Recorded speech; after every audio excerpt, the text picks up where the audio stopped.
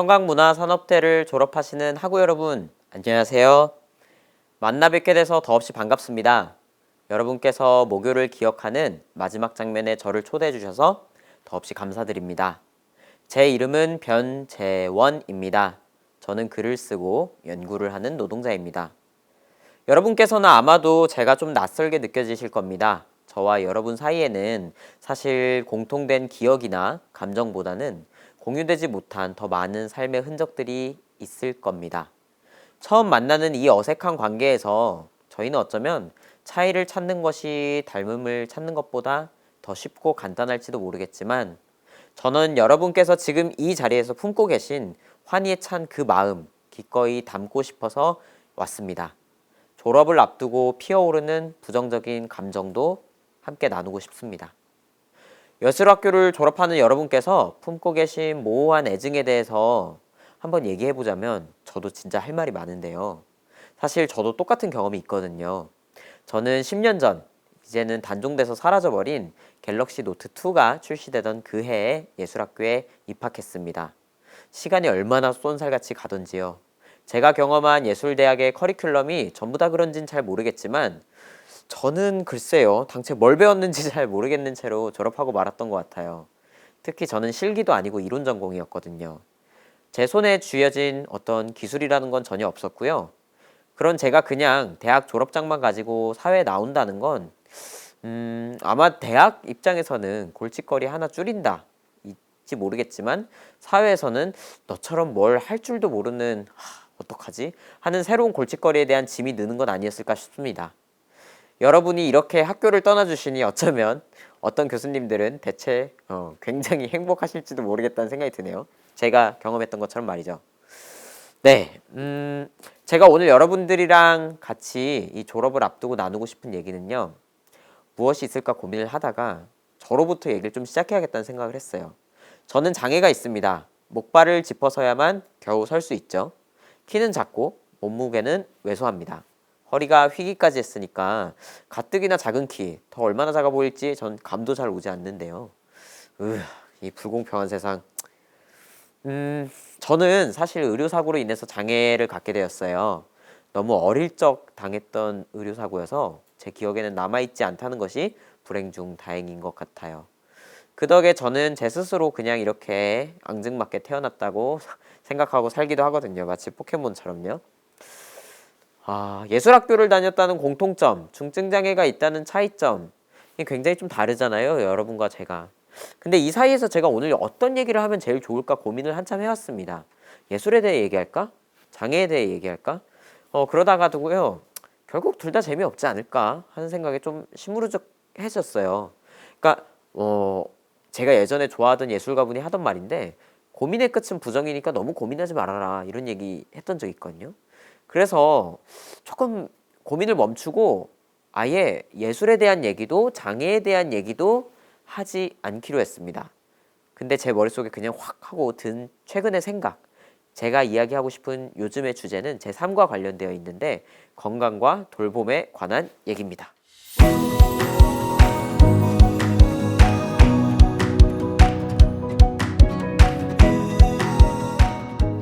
이게 무슨 소린가 싶으시겠죠? 자, 신체 검사를 만약에 한다면 제가 여러분 100명 중에 줄을 서면 아마 가장 끝에 있지 않을까요? 그리고 제가 몸이 불편하기 때문에 여러분들의 어떤 절반만큼의 돌봄조차 제공할 수 없는 굉장히 작고 나약한 사람이 아닐까요? 근데 이런 사람이 건강과 돌봄을 얘기한다는 것이 좀 황당하게 느껴지실 수도 있을 것 같습니다. 그래도요, 여러분 앞에 보이는 사실 모든 사람들은 다 그런 모순들을 숨기고 있는 존재라고 저는 생각하거든요. 그들이 내세우는 모습, 인간이 내세우는 모습은 저는 늘 가장 갈망하는 모습들의 한 단면이라고 생각합니다. 그러니까 마치 동전의 양면 같은 거예요. 제가 건강하지 않고 제가 돌봄을 제공할 수 없을 그런 몸을 갖고 있기 때문에 오히려 건강과 돌봄에 대한 얘기를 하는 것이 저는 가장 갈망하기 때문에 더 이야기를 푸는데 쉬운 것일지도 모르겠어요. 어쩌면 제가 그 두 가지를 당연하게 느끼고 당연하게 갖고 있었다면 여러분들 앞에서 이런 너무 뻔한 얘기 당연하게 하지 않았겠죠. 저는 늘 건강해지기 위해서 다른 사람을 지원하는 1인분의 몫을 해내기 위한 방법만을 생각하며 살아왔습니다. 특히 성인이 돼서는 말이죠. 예술학교에 입학했을 때 꼬박 10년간 어색한 이 몸과 동거를 계속할 때 건강과 돌봄을 끊임없이 생각했는데 오늘 그 교훈 세 가지를 좀 전달 드리려고 해요. 아마 이 영상이 재미없으신 분들은 뒤 얘기 잘 안 들으실 것 같아서 제가 미리 두 가지씩으로 정리해 드릴게요. 세 가지를 꼭 기억해 주세요. 자신의 상태를 잘 파악하자. 그리고 자신의 감각을 일깨우자. 그리고 돌봄의 가치를 인식하자. 이 이야기 이제부터 좀 집중해 보려고 하는데요. 첫 번째, 자신의 상태 잘 파악하기. 이 얘기 집중해서 들어주시겠어요? 졸업하시는 여러분 모두 지금부터는 자신의 건강 상태를 잘 파악하셔야 됩니다. 여러분의 건강은 더 이상 교무실도 교학처도 교수님도 책임지지 않습니다. 졸업이라는 것의 의미는요, 사실 굉장히 그런 거예요. 더 이상 나를 돌봐주지 않는 채로 내가 사회에 나가는 것. 여러분 대다수는 아직까지 국가 혹은 일터에서 제공하는 건강검진을 받아보신 적이 없으실 거예요. 받아본 거라고는 전부 초등학교, 중학교, 고등학교, 때로는 대학교에서 제공하는 기초체력 검사 같은 거겠죠. 하지만 그런 것들은 내시경 검사조차도 포함하지 않겠죠. 졸업 축사 얘기하다 말고 갑자기 무슨 건강검진 같은 소리를 하고 있나 싶겠지만 저는 이 졸업사가 여러분의 추도사가 되지 않기를 바라는 마음에서 진심으로 하는 말입니다. 여러분 이 학업이 끝났다면요. 지금부터 하셔야 되는 건 여러분들의 건강 상태를 체크하는 겁니다. 이제부터는 본선이 시작하는 거예요. 하나만 더 얘기해보죠. 진짜 뜬금없게 들리실지도 모르겠는데요. 요즘 제 얘기이기도 해서 그런데 혹시 이 영상을 보시는 가족분들 중에 암 유병자가 있으신 분들은 국가가 정한 권장 나이를 떠나서 지금 검사를 시작하셔야 됩니다. 저는 사기 대장암 투병 중인 저희 어머니를 지금 지원하고 있는데 의사가 수술 전날 갑자기 저를 따로 부르더니 이런 얘기를 하더라고요. 자녀분 검사 받아보세요. 이게 무슨 얘기인가 싶었어요. 왜냐하면 대장 내시경이라는 거는 40살부터 하는 거거든요. 근데 의사가 하는 말은요. 암 환자가 있는 가족들은 암은 유전의 영향이 굉장히 크기 때문에 국가가 권고하는 나이를 차치하고 지금부터 시작하라고 얘기하더라고요. 유전력은 상당히 중요한 요인이라고 합니다. 그래서 말이죠. 저도 이 얘기를 병원에서 듣지 않았다면 몰랐을 것 같은데 가족 중에 혹시 암투병을 겪으신 분이 계시다면 지금 검사를 더 적극적으로 해보셔야 됩니다. 네, 2040의 대장암 발병률이 대한민국이 세계 1위인 사실 알고 계신가요? 이 뜻은요. 우리나라가 대장암에 그만큼 취약한 몸을 갖고 있다라는 게 아니라요.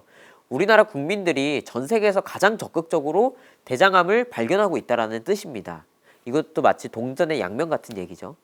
그것만큼 체계적인 검사를 하고 있고 협조적인 사람들이 많이 모여 있다는 뜻이지요.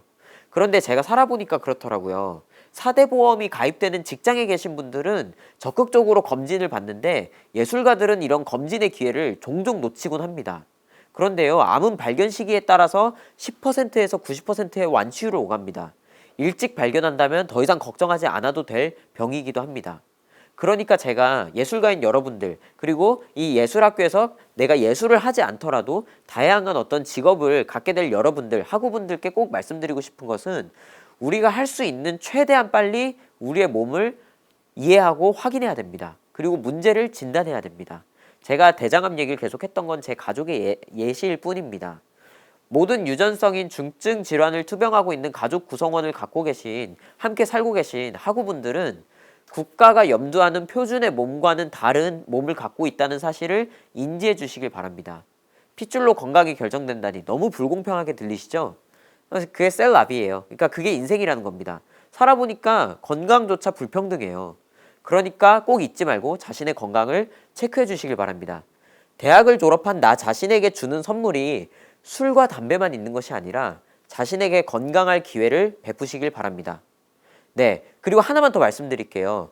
육체 건강 상태뿐만 아니라 마음 건강 상태에 대해서도 꼭 파악해 주시길 바랍니다.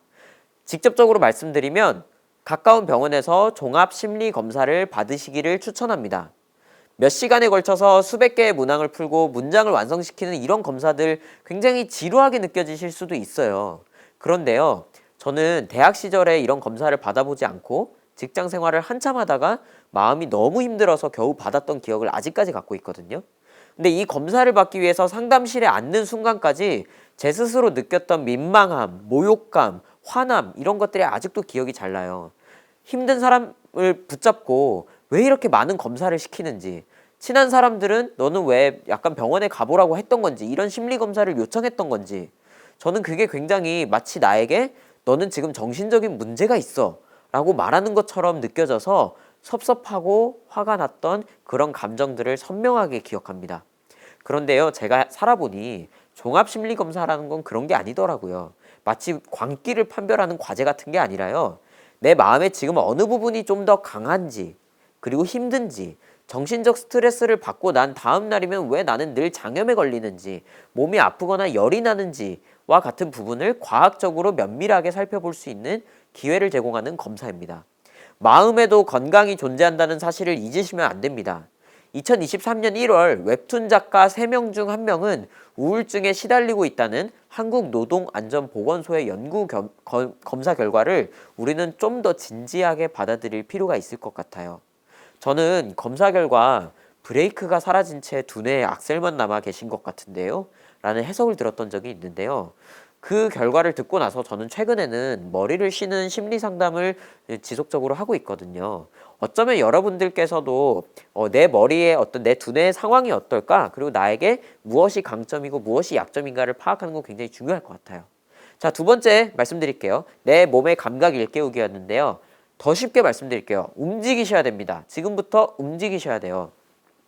그 몸의 감각을 일깨우는 다양한 활동을 한다는 건요, 우리 몸을 돌보는 과정이에요. 대학을 다니는 많은 분들은 고도의 집중, 고도의 정신적 작업 수행으로 인해서 몸을 돌보지 않는 경향이 있습니다. 마치 몸이요, 두뇌의 부속품인 것처럼 다루는 경향이 있다는 거죠. 제가 예술대학을 다닐 때 잠깐 얘기해 볼까요? 아마 학우 여러분들 굉장히 많이 공감 많이 하실 텐데요.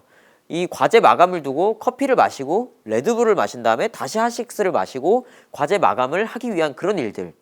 이 전형적으로 오롯이 두뇌의 자극만을 생각하는 바람에 몸을 혹사시키는 사례입니다. 몸의 감각을 여러분 포기해서는 안 돼요. 제 인생에서 가장 비싼 레슨을 끊었던 게 10회 헬스 PT 이용권이었는데요. 저는 그게 돈이 너무 아깝다고 생각했다가도 지금 돌이켜보면 가장 후회하지 않는 것도 제가 헬스하는 방법을 배웠던 겁니다.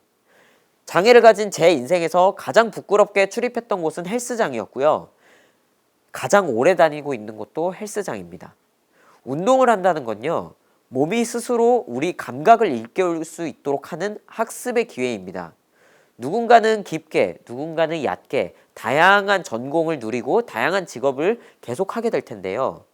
감각을 포기한 채로 진행하는 예술과 직업, 생계는 그 한계가 너무나도 명확합니다.